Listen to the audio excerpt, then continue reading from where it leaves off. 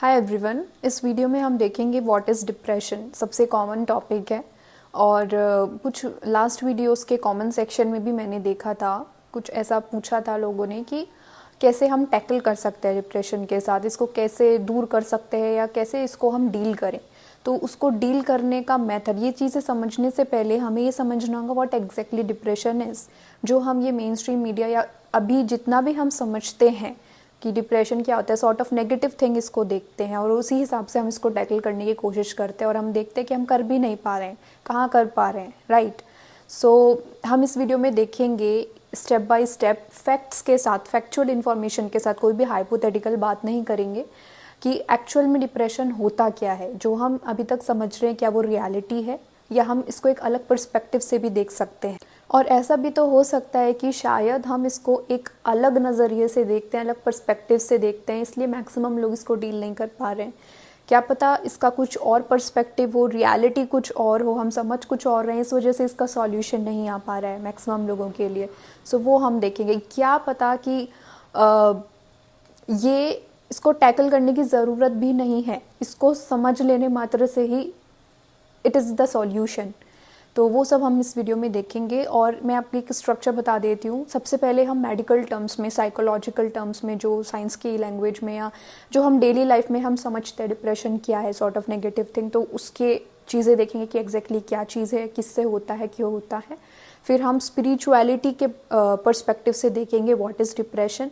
और फिर मैं अपने एक्सपीरियंस के बेस पे, क्योंकि I have also gone through it for so many years, so उसके बेसिस पे आपको प्रैक्टिकल चीज़ें बताऊंगी कि व्हाट एग्जैक्टली इट इज़। क्या मैंने समझा है, जो भी मैंने अब तक की अपनी रिसर्च की है, हर एक पर्सपेक्टिव, साइकोलॉजी, स्पिरिचुअलिटी, साइंस, हर चीज़ को लेकर के जो मैंने समझा है अपने एक्सपीरियंस के बेस पर, वो मैं शेयर करूँगी what exactly it is according to me. So without any further ado let's get started with our video. पर ये वीडियो स्टार्ट करने से पहले मैं आपको एक चीज़ बोलती हूँ कि आपका जो माइंड है वो ओपन होना चाहिए। जो आपके पहले से प्री कंसीव्ड नोशंस हैं, बिलीफ सिस्टम है, उसको थोड़ा आप साइड में रखिए। चीज़ों को डुअलिटी में ना देखकर ये राइट ये रॉन्ग, इसको हटा करके एक न्यूट्रल लेंस, आप उससे न्यूट्रल लेंस से आप देखने की कोशिश करेंगे तो ये वीडियो आपको अच्छे से समझ आएगी, right. So let's get started. So मैंने कुछ नोट्स भी प्रिपेयर किए थे, अपना जो भी रिसर्च किया था उसके बेसिस पर, काफ़ी सारे पेजेस हैं।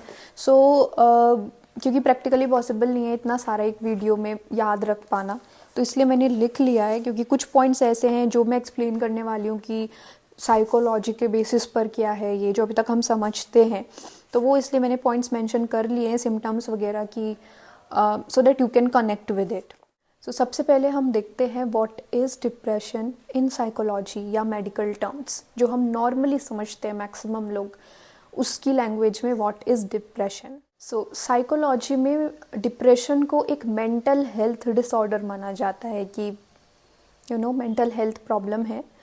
और उसके अंदर मेनली क्या होता है कि फीलिंग डिप्रेस्ड मीन्स ये कुछ दिनों के लिए नहीं, कुछ हफ्तों के लिए नहीं, एक बहुत लंबे टाइम पीरियड के लिए अगर आपके अंदर ये परसिस्टेंट फीलिंग रहे, एम्प्टीनेस की, सैडनेस की, कुछ करने का मन नहीं कर रहा है, जो चीज़ें करने में पहले मज़ा आता था वो करने में भी अच्छा नहीं लग रहा है, कोई प्लेजर किसी भी एक्टिविटी में मन ही नहीं कर रहा है, या तो हम इमोशनली एकदम नम्ब हो चुके हैं, कुछ फील ही नहीं कर रहे हैं, हम एकदम डिसोसिएट हो चुके हैं पूरे सोसाइटी से, पूरे एनवायरनमेंट से, हर चीज़ से, या फिर हम इतने ज़्यादा इन्वॉल्व हैं, इतने ज़्यादा इमोशनल हो जाते हैं बीच बीच में कि बस रोते ही रहते हैं, या फिर नेगेटिव जो थॉट पैटर्न्स हैं उसी में घूमते रहते हैं। तो एक्सट्रीम्स में चलती हैं चीज़ें, या तो ओवर इंडल्जेंस इन इमोशंस या बिल्कुल कट ऑफ।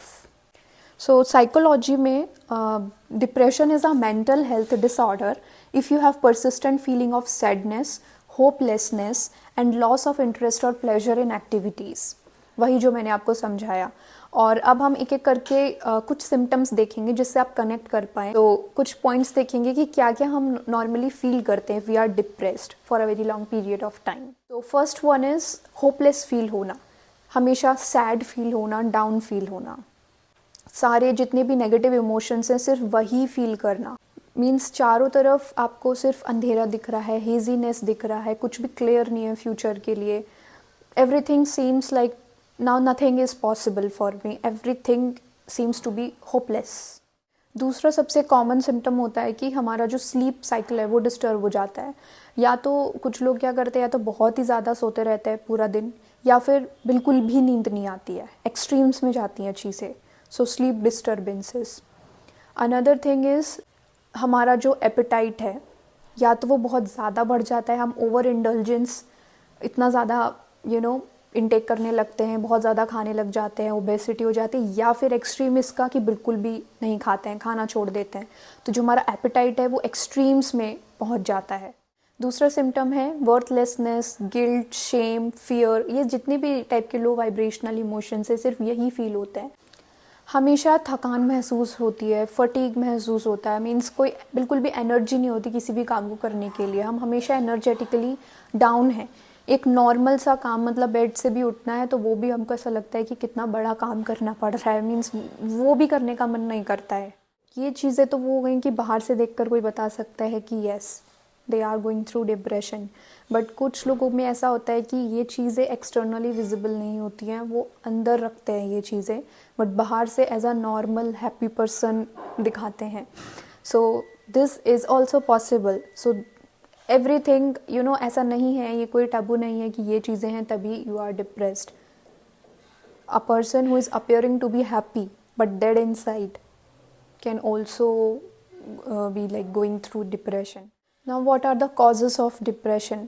सो यहाँ पर मैंने कुछ कॉजेस लिस्ट डाउन किए हैं। सबसे पहला होता है एनवायरमेंटल फैक्टर्स, कि स्ट्रेसफुल लाइफ है, या तो करियर वाइज फाइनेंशियल स्ट्रगल्स हैं, या करियर वाइज प्रॉब्लम्स हैं, नहीं पता कुछ क्या करना है, रिलेशनशिप इश्यूज़ हैं, तो ये सारे एनवायरमेंटल फैक्टर्स में आते हैं।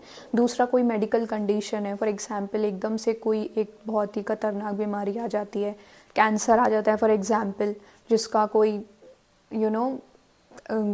ऐसे कोई सॉल्यूशन भी नहीं होता है कि एकदम ठीक हो जाए।